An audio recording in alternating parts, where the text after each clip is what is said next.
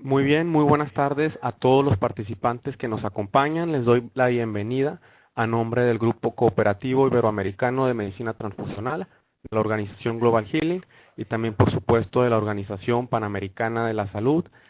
Hoy tenemos el gusto de contar con la presencia de la doctora Virginia Callao, que va a presentar el tema de sistema AB0, RH y otros más sistemas de grupos sanguíneos.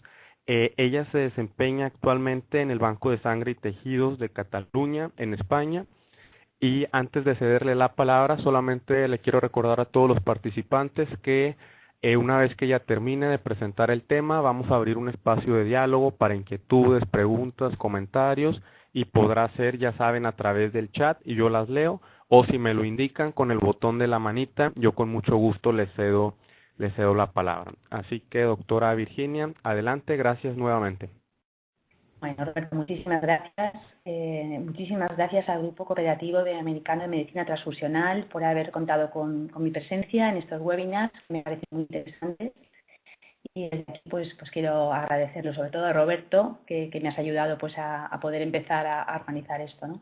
También antes de empezar quisiera dar las gracias a los doctores Eduardo Muñiz Díaz, a la doctora Asunción Pinacho y a la doctora Nuria Nogués, compañeros de aquí de España, que también me han ayudado en esta presentación, y a todos los que están conectados intentando pues escuchar esta presentación y a lo mejor aprender alguna cosa. Pues vamos a empezar. Yo voy a hablar de los grupos sanguíneos eritrocitarios. Me voy a centrar más en los sistemas ABO y RH y no voy a poder entrar en gran profundidad porque no tengo mucho tiempo, pero sí que al menos dar unas pinceladas y ser lo más práctica posible. Los glóbulos rojos son unas células especiales porque tienen una función básica para el organismo, no tienen núcleo, tienen una forma bicóncava especial y además necesitan ser muy flexibles para poder llegar a todos los capilares del organismo y por tanto tienen un metabolismo muy complejo. En su membrana existen moléculas que tienen distintas funciones. Sirven para el transporte de sustancias, para mantener precisamente esa flexibilidad de la membrana, incluso para proteger frente a infecciones. Estas moléculas que hemos visto en la membrana de los glóbulos rojos son la base de los grupos sanguíneos. Hay más de 250 moléculas descritas con diferentes estructuras, tanto proteínas como lípidos, incluso glúcidos, y con diferentes funciones, como hemos visto, aunque incluso muchas de ellas son desconocidas. Las estructuras de grupos sanguíneos de los hematíes transfundidos pueden ser reconocidos como extraños por el sistema inmunitario del receptor, convirtiéndose en antígenos, y aquí está implicada la inmunidad humoral. Cada antígeno está definido por un anticuerpo específico que reacciona contra él. Por tanto, podemos decir que en los grupos sanguíneos distinguiríamos lo que serían los antígenos eritrocitarios que estarían en la membrana de los glóbulos rojos y los anticuerpos eritrocitarios que estarían o podrían ser detectados en el plasma o en el suero del paciente. Y estos anticuerpos podrían ser también naturales o irregulares. Dentro de los antígenos del grupo sanguíneo hemos dicho que existían diferentes estructuras bioquímicas. Como ven en la diapositiva, algunos de ellos, por ejemplo, los del sistema BO, son estructuras de azúcares que se encuentran ramificadas en la parte externa de la membrana. Otros de ellos, como por ejemplo el sistema Lutheran o MNS, son proteínas de un solo paso, o por ejemplo el sistema KEL, proteínas un poco distintas también de un solo paso. Otros, como el sistema RH, DAFI, son proteínas con múltiple paso a través de la membrana, y otros, como por ejemplo el Cromer, como pueden ver en la pantalla, son glicoproteínas también extracelulares más complejas. En cuanto a los anticuerpos relacionados con los sistemas del grupo sanguíneo, hemos dicho que existen anticuerpos naturales. Estos son típicamente los anticuerpos que aparecen en el sistema ABO y de los que luego hablaremos con más detalle. A diferencia de los naturales, también existen los llamados anticuerpos inmunes o irregulares, que son aquellos que aparecen en los pacientes tras una aloinmunización, bien por transfusión, por gestación o en el contexto del trasplante de progenitores. Su incidencia en nuestro medio es muy variable. Podemos estar hablando de un 0,2% a lo mejor en la población de donantes sanos y hasta un 40%, incluso más, en la población de pacientes, sobre todo en aquellos que están muy transfundidos o que tienen patologías como la drepanocitosis o los síndromes mielodisplásicos.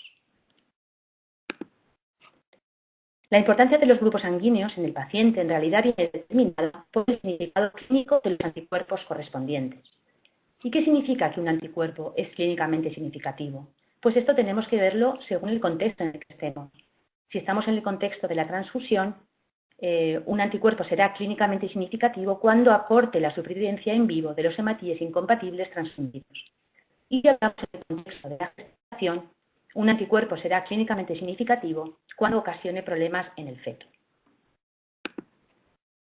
¿Y cómo estudiamos los grupos sanguíneos en el laboratorio? Bueno, pues ya hemos dicho que en todo sistema de grupo sanguíneo existe un antígeno y existe un posible anticuerpo. Pues para estudiar estos sistemas de grupo sanguíneo en el laboratorio nos basaremos en el estudio de la unión antígeno-anticuerpo in vitro.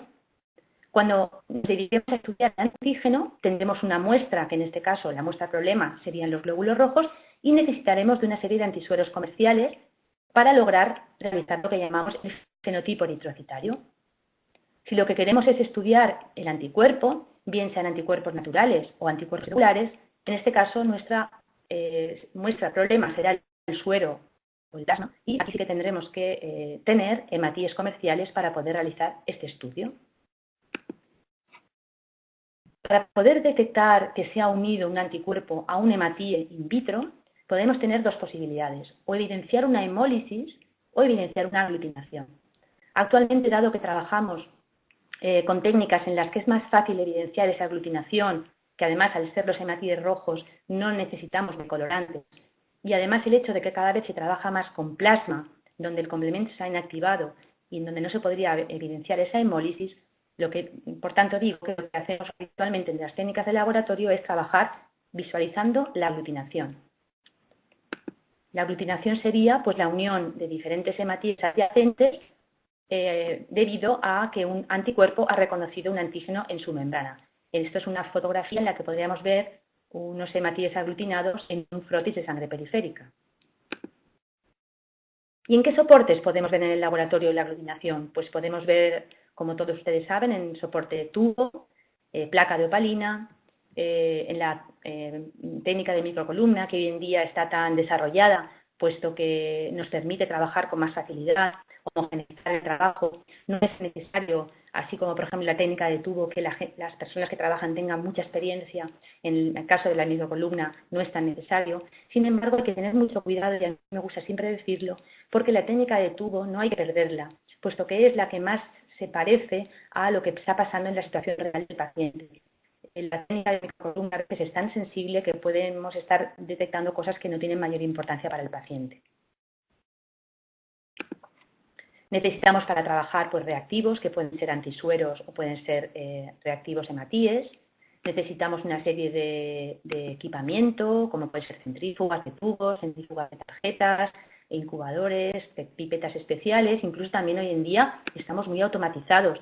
Tenemos una gran cantidad en el mercado de diferentes equipos que nos van a ayudar a trabajar de manera automatizada y sobre todo también a pasar online los resultados, y eso también va a repercutir mucho en la seguridad y en la calidad de nuestros resultados.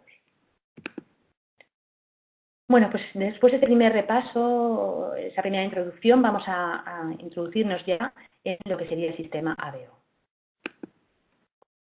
Ese sistema de grupo sanguíneo fue descubierto por Landsteiner en el año 1900 al observar que los eritrocitos de algunos individuos aglutinaban cuando se mezclaban con suero de otros, pero no con su propio suero. Se sabe que estos antígenos están distribuidos no solamente en los eritrocitos, sino en todas las células del cuerpo, e incluso en bacterias y otros organismos. Y además en algunos individuos se encuentran en las secreciones. También se sabe que la especificidad del grupo sanguíneo está dada por un carbohidrato, como luego veremos con más detalle. El sistema BO es fundamental en la transfusión, puesto que de todos es conocido que cuando no se respeta la compatibilidad se pueden ocasionar problemas transfusionales muy graves basados en reacciones hemolíticas intravasculares que pueden ser mortales. Además, el sistema BO está implicado en el rechazo hiperagudo de órganos y tejidos trasplantados. Perdón. Es muy importante recordar que el sistema BO está formado tanto por los antígenos A y B que están en la membrana de los glóbulos rojos o que no están, en el caso de los grupos 0, pero también por los anticuerpos naturales que hay frente a ellos. Y que para poder realizar el tipaje ABO, como luego también veremos con más detalle, es imprescindible, con algunas excepciones, sobre todo en los recién nacidos, pero en general es imprescindible determinar el tipaje globular y el tipaje sérico. Se sabe que los antígenos del sistema ABO se detectan sobre los glóbulos rojos a partir de la quinta y sexta semana de gestación y que van cambiando durante todo el desarrollo fetal y del individuo, adicionándose azúcares terminales a una cadena básica de oligosacáridos y que entre los 2 y 4 años de edad es cuando están completamente desarrollados y permanecen así constantes durante toda la vida. Algo distinto es el título de anticuerpos naturales o aglutininas. En el momento del nacimiento, el recién nacido todavía no tiene un título de aglutininas, porque esto empieza a aparecer cuando empieza con su alimentación activa y por tanto empieza a tener contacto con las bacterias intestinales, que también tienen antígenos muy similares al ABO. Por tanto, en el recién nacido, en los primeros meses de vida, no está indicado realizar el tipaje de la parte sérica, porque nos daría lugar a error. A partir de los 2 a 8 meses de edad es cuando empiezan a aparecer ya las aglutininas y se mantienen durante el adulto, pero en el individuo anciano empiezan también a disminuir bastante ese título y también puede ocasionar, como también después veremos, las discrepancias en el tipaje ABO. Vamos a centrarnos, por tanto, un poquito en los antígenos del sistema ABO, que ya hemos recordado, que son el antígeno A, el B, el AB, y en el caso del tipo sanguíneo 0, no tiene antígenos. Estos antígenos resultan de la unión de azúcares a oligosacáridos precursores. No son el producto directo de un gen, sino que el gen codifica una proteína, que es una transferasa, y que está encargada de unir el azúcar específico al oligosacárido precursor. Vamos a intentar explicarlo un poquito mejor en esta diapositiva. Empezando por la izquierda, podemos ver cómo en el glóbulo rojo hay una molécula que se llama tiramida, y después hay otras moléculas que son una glucosa, 2 galactosas y una acetilglucosamina. Pues estas moléculas forman lo que se llama la sustancia precursora, que es fundamental para que sobre ella se desarrollen el resto de antígenos. Sobre esa sustancia precursora, lo primero que tiene que pasar es que aparezca una molécula de fucosa. Y cuando aparece esa molécula de fucosa, esta sustancia se transforma en lo que se llama el antígeno H. Ese antígeno H es fundamental para que sobre él se desarrollen el resto de antígenos. Si en la membrana del glóbulo rojo únicamente está el antígeno H, estaríamos hablando del grupo 0 o grupo O. En el caso de que sobre el antígeno H se añada una molécula de acetilgalactosamina, que es esta que vemos aquí de color morado, tendríamos el antígeno A. Por tanto, estaríamos hablando del grupo A. Y en el caso de que en vez de esa molécula de color lila, lo que se añada es una galactosa, que es esta molécula redonda también así como amarillenta, en ese caso tendríamos el antígeno B. Y por tanto estaríamos hablando de un grupo B. Y en los casos de grupo AB, lo que podemos observar es que las moléculas de antígeno H se han transformado en antígeno A y en antígeno B. Tendríamos los dos antígenos. Y todo esto viene dado por un gen, el gen ABO, que está ubicado en el cromosoma 9 y que posee 3 alelos que van variando. El alelo A codifica para la enzima transferasa A y el alelo B codifica para la enzima transferasa B. Y el alelo 0, la verdad es que no es una transferasa, codifica, perdón, para una transferasa no funcionante. Aquí tenemos una imagen de lo que sería el gen ABO en el cromosoma 9. Y para entenderlo un poquito mejor, voy a esta imagen, que es bastante antigua, pero que a mí me sirve mucho para explicar. Vamos a empezar aquí. El gen H es un gen fundamental en el sistema ABO y tiene la capacidad de codificar para esta fucosiltransferasa, esta enzima que tiene la habilidad de transferir una molécula de fucosa sobre la sustancia precursora, que serían esas 3 moléculas que vemos aquí. Por tanto, esa fucosa lo que hace es que esta molécula precursora se transforme en sustancia H. Venimos aquí al gen A.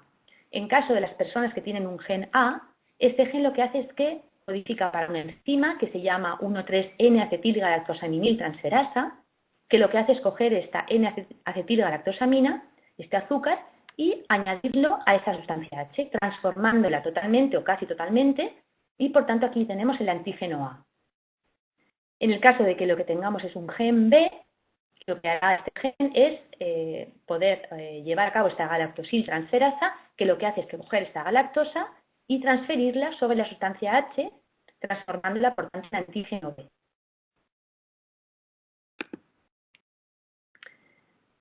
La transmisión del sistema BO se basa en la herencia mendeliana, siendo los alelos A y B codominantes y el alelo 0 recesivo, como todos ustedes saben.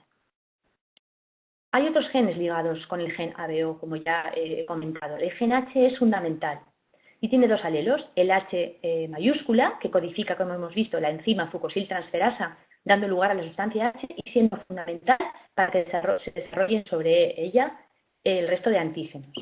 Por tanto, los genotipos H mayúscula o H mayúscula, H minúscula tendrán sustancia H y, por tanto, después será grupo A, grupo B, AB o 0 en dependencia del resto del otro gen.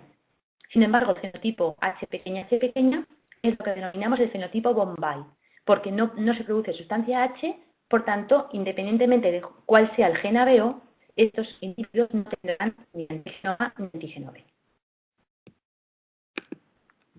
Aquí tienen una imagen un poco de lo que acabo de comentar, de la sustancia precursora, cómo se va transformando en dependencia del genotipo del individuo.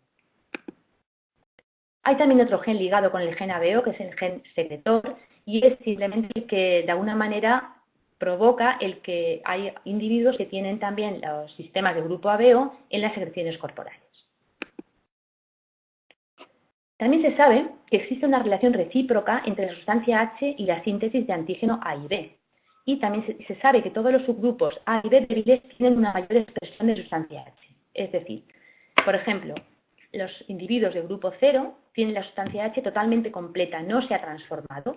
Sin embargo, los individuos de grupo A1B o A1 prácticamente no tienen sustancia H porque toda la sustancia H se ha transformado en los antígenos A1 y A1B en ese caso.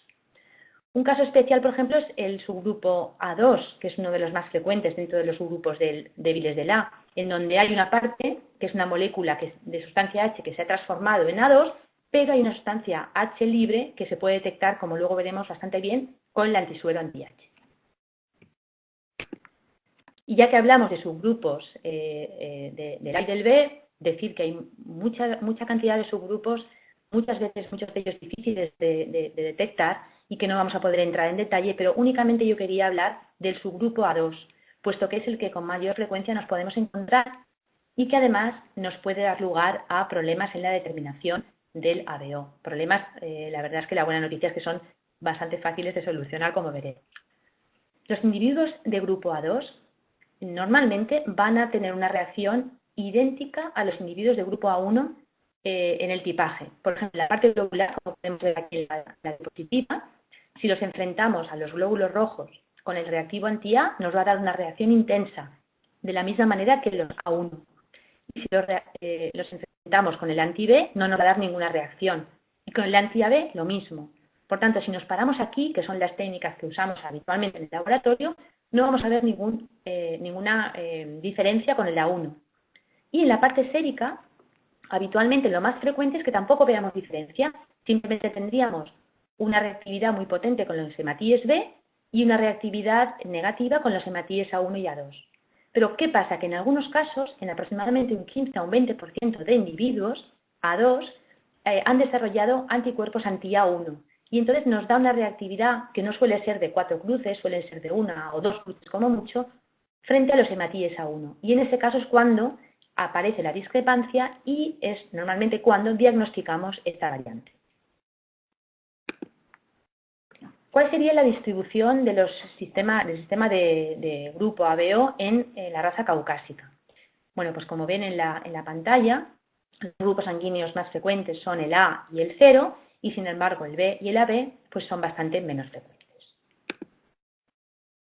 Hemos hablado ya de antígenos y vamos a hablar un poquito de anticuerpos. Anticuerpos del sistema BO, el anti-A, el anti-B, incluso a veces el anti-AB.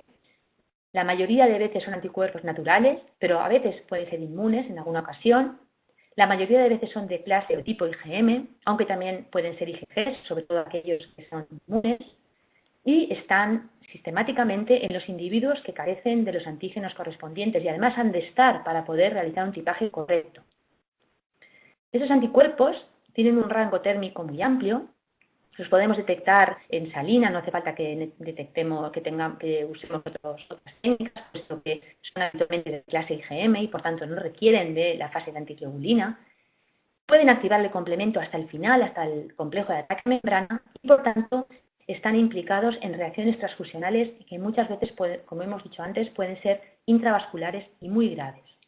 También están relacionados con la enfermedad hemolítica del recién nacido, pero la verdad es que suele ser, cuando aparece, enfermedad bastante leve y en muchas ocasiones ni la detectamos. Aquí pueden ver también una imagen de lo que sería la importancia clínica de estos anticuerpos. Hay otros anticuerpos que también están relacionados con este sistema, como por ejemplo el anti-AB, que es un anticuerpo presente en algunos individuos de grupo 0, que reacciona tanto con hematíes A y B, pero que no puede separarse por técnicas de absorción y elución. Después también otro que ya hemos comentado, el anticuerpo anti-A1, presente en el suero de ciertos subgrupos de A, sobre todo el A2, como hemos comentado, y también lo hemos dicho que ocasiona discrepancias a la hora de la determinación del sistema ABO. Y aquí tienen una imagen de lo que sería un poco la significación clínica de este anticuerpo, que la verdad es que no es, como pueden ver aquí, no suele producir ni enfermedad hemolítica del recién nacido, ni patología hemolítica posttransfusional. Otro anticuerpo que también podemos conocer dentro del sistema ABO y que afortunadamente no es frecuente es el anticuerpo anti-H, que aparecería en el suero o en el plasma de los individuos Bombay, y que eso hace que únicamente puedan recibir sangre de fenotipo Bombay, puesto que este anticuerpo sí que es clínicamente, como ven aquí, muy significativo. Bueno, pues para determinar el grupo ABO, ya sabemos que es fundamental realizar el grupo hemático, realizar el grupo sérico y que ambos tienen que concordar. Para realizar el grupo hemático, en concreto disponemos de antisueros, ¿vale?, para tipificar este grupo, que la mayoría de ellos son monoclonales IgM, que tienen que tener una especificidad, una avidez y una potencia determinada y que además, característicamente, ya todos saben, que están coloreados según la normativa. El anti-A siempre es azul y el anti-B siempre es amarillo, sobre todo cuando trabajamos en técnica de tubo, para que no se nos olvide y sepamos realmente que hemos utilizado el antisuero.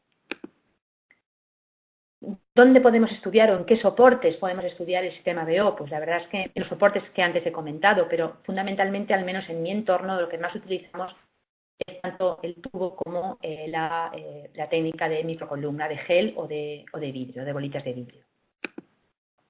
Y aquí sí, para determinar el grupo ABO, en la parte hemática, nosotros lo que haremos será coger hematíes problema y enfrentar los antisueros comerciales con esas características que he comentado. Y tendremos reacciones, pues por ejemplo, así, ¿no?, de aglutinación en el caso de la reactividad positiva o de no aglutinación cuando no hay reactividad. Esto sería una imagen como un poco antigua, ¿no?, de lo que podría ser una reactividad en una placa de opalina.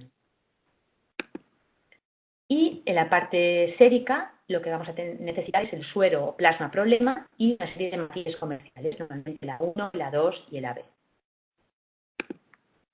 Y aquí tienen unas tablas en las que demuestro algo que la verdad es que todo el mundo ya yo creo que conocemos, ¿no? Y son las reactividades que nosotros podemos ver o podemos obtener en la parte globular y en la parte sérica utilizando los diferentes reactivos. Normalmente, al menos en el contexto en el que yo trabajo, los antisueros que utilizamos suelen ser el anti-A, el anti-B y el anti-AB, y únicamente dejamos el anti-A1 y el anti-H para estudiar problemas de discrepancias o subgrupos débiles. Y en la parte sérica normalmente utilizamos los A1 y los B. Cuando no hay una correspondencia entre el grupo hemático y el grupo sérico, hablamos de que existe una discrepancia. Y esas discrepancias ABO pueden ser o bien porque existan problemas en la prueba sérica o bien porque existan problemas en la prueba globular. Si nos centramos en los problemas que puede haber en la prueba sérica, estos pueden deberse o bien a que hay un resultado inesperadamente negativo, es decir, faltan anticuerpos que yo creo que deberían estar, o bien puede ser al contrario, que tengamos un resultado inesperadamente positivo, es decir, que vemos que sobran anticuerpos de los que yo creo que debe haber. También puede haber problemas en la parte globular, o bien un resultado inesperadamente negativo, faltan antígenos, o un resultado inesperadamente positivo, sobran antígenos. ¿Cuáles pueden ser las causas de estas discrepancias? Lo primero que hay que tener en cuenta es que una de las causas frecuentes serían errores en la identificación de la muestra y, por tanto, es fundamental, si detectamos esta posibilidad, obtener nueva muestra en el paciente. También, evidentemente, puede haber errores de técnica y también, finalmente, problemas derivados reales o bien del plasma o bien de los glóbulos rojos del paciente. Lo que hay que hacer como medida inicial de una discrepancia es repetir la prueba con hematíes lavados, incluyendo algún control, extraer nueva muestra si es que sospechamos que puede haber algún error y sobre todo también ver la historia clínica. No es lo mismo que estemos hablando de un recién nacido o de un anciano o de un paciente que toma determinada medicación o que tiene determinada enfermedad o si se ha transfundido recientemente, etcétera, etcétera. Todo eso nos va a ayudar muchísimo a la hora de evaluar una discrepancia. Y vamos a dar simplemente 4 pinceladas. Si hablamos de la discrepancia en la parte sérica y nos faltan anticuerpos, lo más habitual es o bien que estemos en un recién nacido, o bien que estemos en el contexto de un anciano, o en pacientes con inmunodepresión o con hipoproteinemia. En algunos de estos casos nos ayudaría el incubar la muestra en frío, al menos durante media hora o una hora, para poder de alguna manera potenciar la existencia de estos anticuerpos. Si estamos en el contexto del exceso de anticuerpos, lo más habitual es o bien que tengamos, como hemos visto antes, un grupo A2 que ha generado anticuerpos anti-A1 y por tanto aquí utilizando antisueros anti-A1, anti-H y hematíes A2 y hematíes A1 podremos resolverlo. También puede ser que estemos ante la presencia en el paciente de anticuerpos reactivos en salino. Y para eso lo que tendremos que hacer es un estudio de panel, incluso de fenotipo de los hematíes reactivos para poder realmente saber que ese es el problema. En ocasiones también tenemos aglutininas frías o fenómenos de Rouleau en pacientes con hipergamaglobulinemias que vamos a solucionar o calentando o lavando con suero fisiológico. Si estamos en el contexto de la parte globular, podemos encontrarnos que nos faltan antígenos, o bien porque hay una debilidad antigénica, que en algunas ocasiones podemos tener una potenciación incubando también en frío, o bien por exceso de sustancias solubles, y esto lo vamos a resolver lavando los hematíes. Cuando estamos hablando del contrario, de que lo que tenemos es un exceso de antígenos, esto podría ser a lo mejor en casos de transfusión reciente no isogrupo ABO, tengamos una doble población, un fenómeno B adquirido, que la verdad es que yo creo que no lo he visto nunca y es más quizá pues un tema un poco de libro, ¿no? Teórico, pero bueno, ahí está la posibilidad, o una poliaglutinabilidad. Lo importante, creo que nos tenemos que quedar con la idea de que nunca hay que asignar un resultado de grupo sanguíneo si la tipificación hemática y sérica no coinciden y si después de hacer todas estas recomendaciones que hemos dado no logramos saber exactamente el grupo, lo mejor es dejarlo de momento, tiparlo como 0 y mandarlo a un centro de referencia pues para que nos puedan orientar con el resultado definitivo.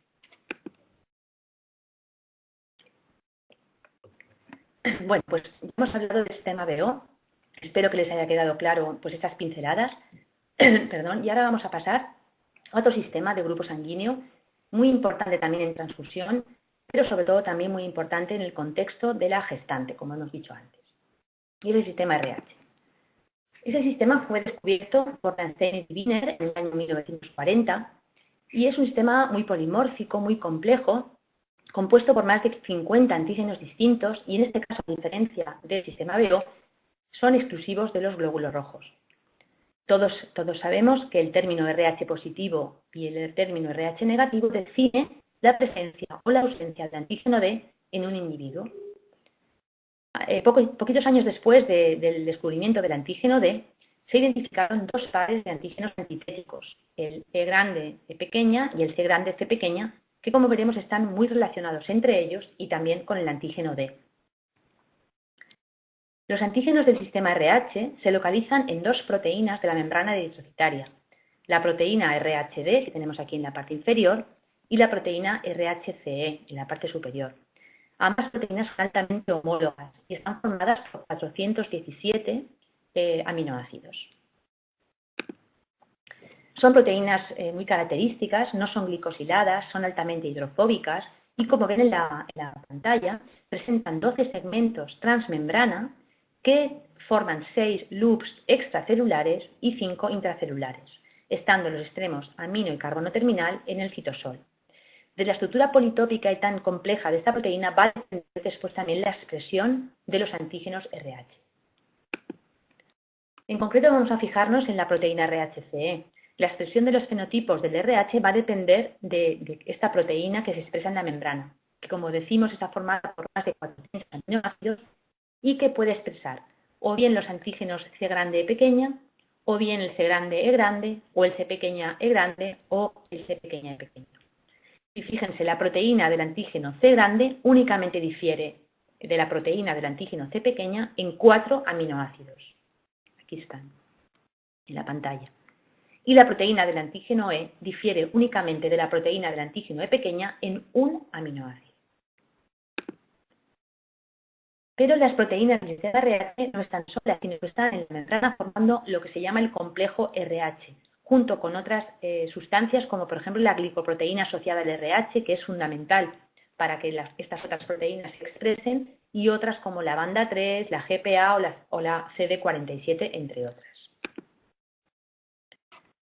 Visto ya un poquito lo que sería la base proteica del sistema RH, vamos a intentar recordar un poquito cómo lo nombramos, cuál sería la nomenclatura. La verdad es que hay dos teorías que son clásicas, la teoría de Fisher-Race y la teoría de Wiener, pero que actualmente todavía en nuestro día a día seguimos utilizando tanto una como otra. La teoría de Fisher-Race está basada en la teoría de los 3 genes heredados de cada progenitor y, como veremos, Fisher-Race lo que hace es darle la letra a cada uno de esos alelos. En cambio, Wiener defiende la teoría de un único gen RH heredado de cada progenitor. Y ahora vamos a ver cómo se nombran.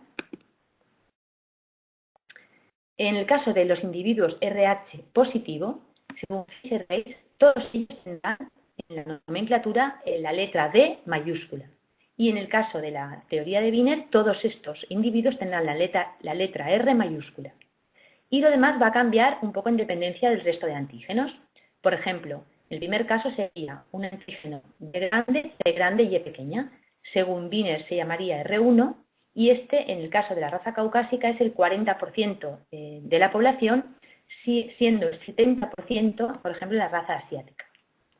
Cuando lo que tenemos junto al antígeno D grande es el C pequeña y el E grande, según Wiener estamos ante un R2 y en este caso aproximadamente un 16% de frecuencia en nuestra raza.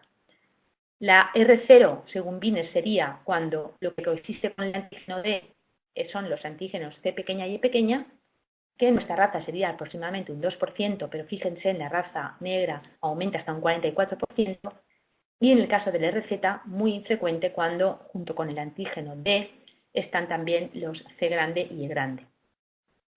En los individuos RH negativo, lo que tenemos es, según Fisher-Race, una letra que es la D minúscula para poder representar a estos individuos y en el caso de la teoría de Wiener una R minúscula. Y también pues en dependencia de los antígenos que están acompañando, bueno, a la ausencia de D, para entendernos, lo más frecuente es que acompañen el C pequeña y E pequeña. Y esto se denomina, según Wiener, R. En el caso del C grande E pequeña sería R', C pequeña E grande R2' y ambos grandes, tanto C como E, RY. Más actual es la nomenclatura ISBT, que le da al sistema de grupo sanguíneo RH el número 4 de los sistemas de grupo sanguíneo, y dentro del sistema RH va nombrando también por números a cada uno de esos antígenos. Según esta nomenclatura, los antígenos tienen que nombrarse con sus letras, los genes con mayúsculas y cursivas y las proteínas tal cual vemos aquí en la pantalla. Y aquí en la siguiente diapositiva lo que podemos ver es una comparativa de las diferentes nomenclaturas que acabamos de comentar. En cuanto a los anticuerpos del sistema RH, que de todos ellos más frecuente es el anti-D, hay que decir que son anticuerpos que sí que tienen una significación clínica, que habitualmente son de clase IgG, por tanto pueden atravesar la placenta, que son de origen inmune casi siempre, con alguna excepción, que tienen un rango térmico muy amplio, es decir, los podemos estudiar a una temperatura ambiente, pero luego a 37 grados son activos en la circulación del paciente y que son capaces, por tanto, de estar implicados, y de hecho lo están y mucho, en la aparición de enfermedad hemolítica del feto y del recién nacido y también en reacciones transfusionales, pero en este caso habitualmente extravasculares, puesto que no suelen ser capaces de activar el complemento. Vamos a entrar ya un poquito en lo que sería la genética del sistema RH. Desde el descubrimiento de la biología molecular, hoy se sabe que el sistema RH está basado en lo que llamamos el locus RH, que se encuentra en el cromosoma 1. El locus RH está formado por dos genes homólogos, que cada uno de ellos tiene 10 exones. El gen RHD lo que hace es dar lugar a la proteína RHD, que hemos visto antes en la membrana, y el gen RHCD dar lugar a la proteína RHCE. Cada uno de estos 10 exones que tiene cada gen conformaría una proteína completa.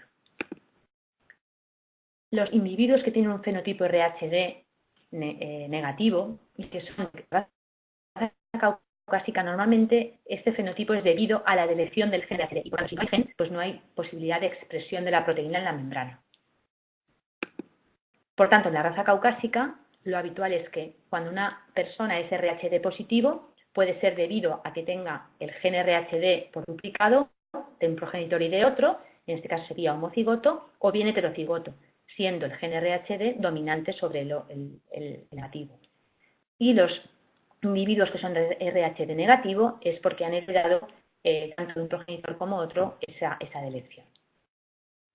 Sin embargo, en algunas otras razas, como por ejemplo la raza negra, esto no siempre es así, y esto se sabe a través también de la biología molecular, como el 66% de la población africana de negativo de raza negra es portadora de un pseudogen RHDX, que lo que pasa es que simplemente por una alteración de una mutación no va a expresarse en la membrana produciendo la proteína RHD.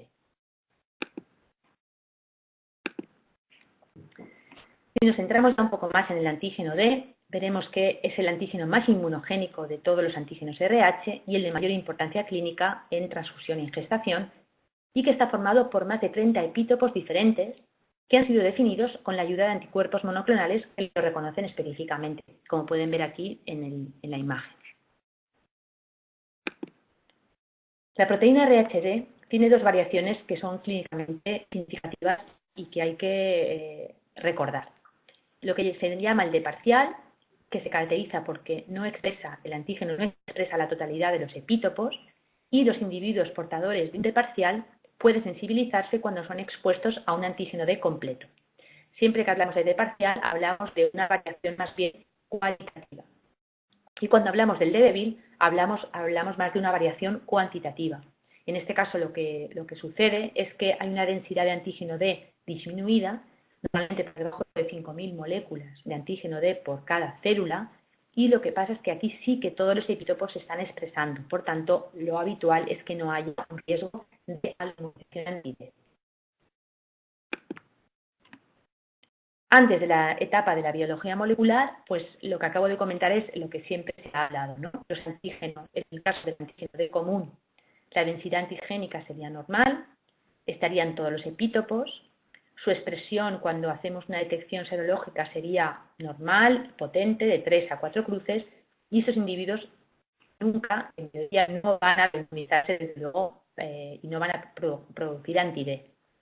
En el caso de los individuos de débil, su densidad antigénica es baja o muy baja, pero tienen todos los epítopos, la reactividad en las técnicas serológicas es baja, pero teóricamente no tienen por qué desarrollar ningún anti-D.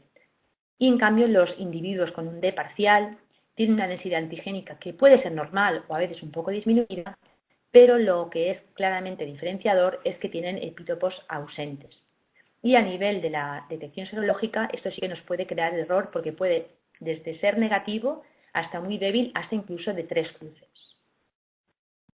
En este caso sí que hay riesgo de que haya aloinmunización.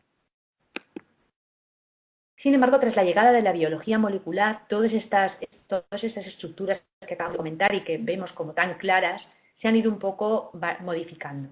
La biología molecular nos ayudó a definir la estructura molecular de los locus RH, que ya hemos visto, Nos ayudó también a definir las bases moleculares de los fenotipos D débil y D parcial y se vio que había muchas más similitudes de lo que se esperaba. Y a partir de ahí se empezaron a describir un gran número de nuevas variantes de lo que se ha denominado globalmente variantes RHD. Y empezaron a haber sorpresas, como por ejemplo se publicaron los primeros casos de pacientes portadores de un fenotipo D débil, pero que habían desarrollado anti-D, algo que inicialmente pensábamos que no era posible. O, por ejemplo, se publicaron casos de pacientes claramente RHD negativo que desarrollaron anti-D tras la transfusión de hemática de donante aparentemente D negativo. Y todo esto de la biología molecular ha hecho pues, que hoy en día haya como una efervescencia en cuanto a este tema, que cada día pues, salgan nuevas variantes y bueno, situaciones que realmente son bastante curiosas. Para concretar un poquito, porque no vamos a entrar en detalle, que ya si nos hace muy largo, decir que las variantes de débil, ya hemos dicho que sobre todo se basan en una variación cuantitativa, que todos los ejemplos de fenotipo de débil que se han publicado hasta la actualidad obedecen a la presencia de mutaciones puntuales que afectan, curiosamente lo ven aquí en la diapositiva en rojo, a la región transmembrana o a la región intracelular de la proteína RHD. Existen una gran cantidad de variantes de débil, pero en nuestro medio, en Europa, las más prevalentes, el 95% de ellas son de tipo 1, 2, 3, 4.0 y 4.1.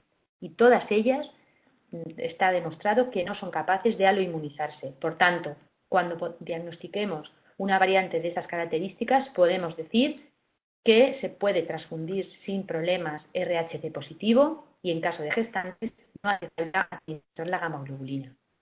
Pero esto solamente lo podemos decir en estas variantes. En el resto, en ese otro 5%, no podemos ser capaces de estar seguros y, por tanto, en el caso de pacientes hay que recomendar seguir con la transfusión RH negativo y en el caso de gestantes, por si acaso, administrar la gamoglobulina anti-D.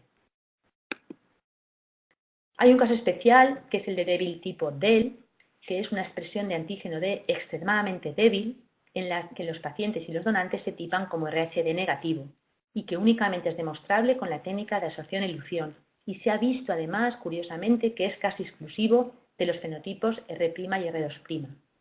La verdad es que en Europa no es frecuente, pero en el este asiático sí que es bastante frecuente.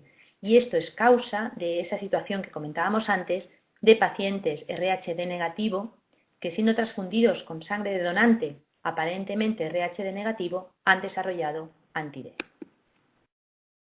Y en cuanto a las variantes D parcial, ya hemos dicho que se trata más de una alteración más bien cualitativa, más bien afectando a los epítopos, y que se han descrito más de 200 variantes alélicas hasta este momento y quizá a día de hoy aún más. Perdón. Y que las bases moleculares son la existencia de mutaciones en el locus RH, o bien por alelos híbridos que se mezclan exones entre el gen RHD y el gen RHC, o bien por una o varias mutaciones puntuales, sobre todo en este caso, a diferencia de los fenotipos débiles, en los segmentos extracelulares de la proteína. Existen también una gran cantidad de fenotipo D parcial, pero simplemente quiero nombrar el D6 porque es el más frecuente, el más estudiado, y dentro de los variantes D6, el más frecuente es el D6 tipo 4. Su prevalencia en caucásicos es de un 0,02% a un 0,05%. Y bueno, vamos ya a ir acabando. Viendo pues cómo podemos tipificar este antígeno que muchas veces es tan complejo y tenemos diferentes métodos como la técnica de tubo, la microcolumna, la microplaca, lo que hemos visto ya hasta ahora, con diferentes antisueros.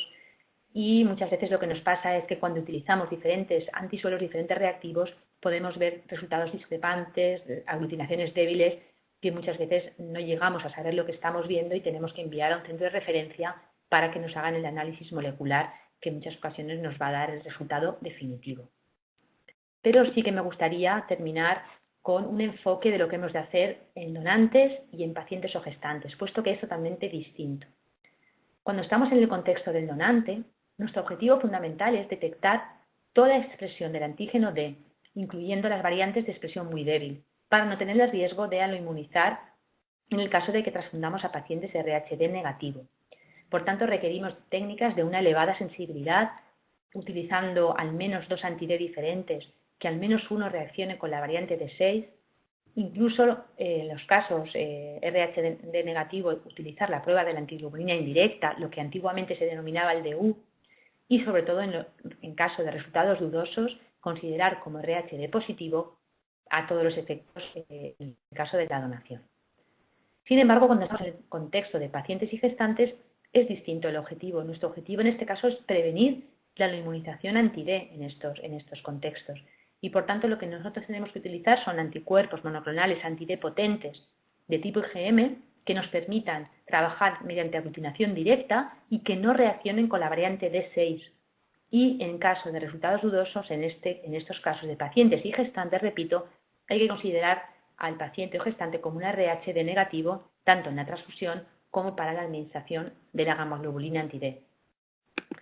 Serán nuestros compañeros de los centros de referencia los que, mediante los estudios moleculares, nos aporten la identificación y finalmente nos den el resultado final para que entonces ya podamos ponerle la etiqueta al paciente, la gestante o el donante. Y yo creo que hasta aquí ha llegado mi charla. Les doy muchas gracias a todos por haberme escuchado. No sé si he sido un poco rápida, que a veces peco de ello. Espero que les haya quedado claro la explicación y bueno, pues gracias. Muchas gracias, doctora Virginia, por esta valiosa presentación. Y ahora invito a todos los participantes a que nos escriban si tienen alguna duda, alguna pregunta, un comentario, ya sea en la sección del chat o si lo indican con el botón de la manita, yo con mucho gusto les cederé la palabra.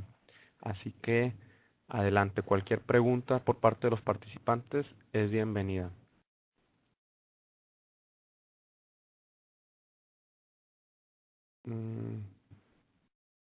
A ver.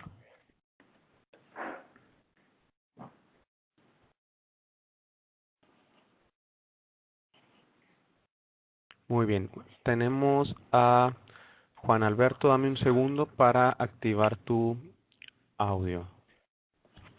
Juan Alberto, adelante. Buen día, ¿cómo está? En principio agradecer a la doctora la excelente exposición, muy claro. Tengo una consulta. En relación a los anticuerpos aglutininas del grupo AB, ¿serían diferentes a lo que es la aglutinina anti-A y anti-B, este anticuerpo? Sí, se refiere... Hola, Juan Alberto, ¿qué tal? ¿Cómo estamos? Bien usted. Sí, pues normalmente esta aglutinina que tiene un anti-AB que no se puede separar, ¿te refieres, ¿no? Por absorción, que como decíamos, suele aparecer normalmente, lo solemos ver en algunas ocasiones de gestantes de grupo 0, en la que los bebés tienen una prueba directa de antiglobulina, puesto que es a lo mejor A o a lo mejor B, en el bebé, y en el momento de hacer la elución, siempre enfrentamos ese eluido obtenido a hematíes A y hematíes B, y nos damos cuenta que no reacciona con los dos. O sea, por ejemplo, si el bebé es A, resulta que lo que nosotros eluimos no reacciona tanto con los hematíes A como con los hematíes B. Y eso nos está diciendo que la especificidad del anticuerpo es anti-AB, aunque en este caso en el recién nacido será unido solamente por su parte A o por su parte B. No sé si me he explicado. Sí, gracias, muy amable. Nada. Perfecto, gracias a ambos. Muy bien, tenemos por parte de Instituto Licón. El genotipo D puede alterar la expresión de otros antígenos eritrocitarios. De ser así, ¿cuáles se verían afectados? ¿El genotipo D? Ajá. Puede alterar la expresión de otros antígenos eritrocitarios. De ser así, ¿cuáles se verían afectados? La verdad es que no entiendo muy bien lo que me quieres comentar. El genotipo D de otros antígenos que no sean del sistema RH o que sí que sean del sistema RH. Un segundo. Instituto Licón, ¿le cedemos la palabra? Sí, vale, mejor nos entendemos así. Hola. Hola, Instituto Licón, buenas tardes. Hola, buenas tardes. ¿Sí? Adelante. Bueno, creo que no funciona el audio. A ver, escriben aquí, perdón. Dame un segundo para bajar la pantalla. Acaban de escribir antígeno D de leído diferentes del sistema RH. Ostras, antígenos de leído diferentes del sistema RH. A ver, yo sé que los genotipos D y C y E, o sea, los genotipos de todo el sistema RH sí que están muy relacionados entre ellos. De hecho, se sabe que en algunas situaciones en las que hay, como he comentado antes, el R' o R2', tenemos normalmente una mayor posibilidad de que haya un fenotipo C muy débil, tipo DEL. Pero no me consta que el genotipo D de leccionado o de leído esté relacionado con otros sistemas de grupos sanguíneos. No lo sé, la verdad es que no sé contestarle bien a esta pregunta, pero lo puedo revisar y si lo encuentro se lo puedo enviar a través del doctor Gaza, si acaso. Muchas gracias. Muy bien. Sí, dice que muchas gracias por parte del Instituto Licón. Gracias, muchas gracias a ustedes. Tenemos aquí un comentario del Banco de Sangre de Ambato, Ecuador. Dice, buenos días, doctora. Le felicitamos por la conferencia, todo estuvo muy claro. Atentamente, el Banco de Sangre de Ambato en Ecuador. Muchísimas gracias. Gracias a Ecuador. Muy bien. ¿Alguna otra pregunta, un comentario, alguien que quiera participar? Les recuerdo que pueden dar clic al botón de la manita y yo les cederé la palabra.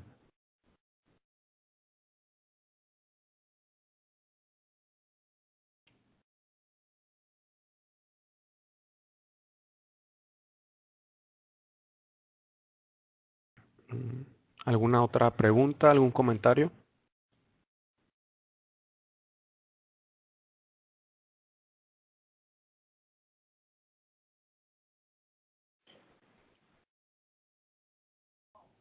Juan Alberto, veo que tiene levantado el botón de la manita. ¿Desea hacer otra pregunta o no la ha bajado? Si puede, por favor, comentar.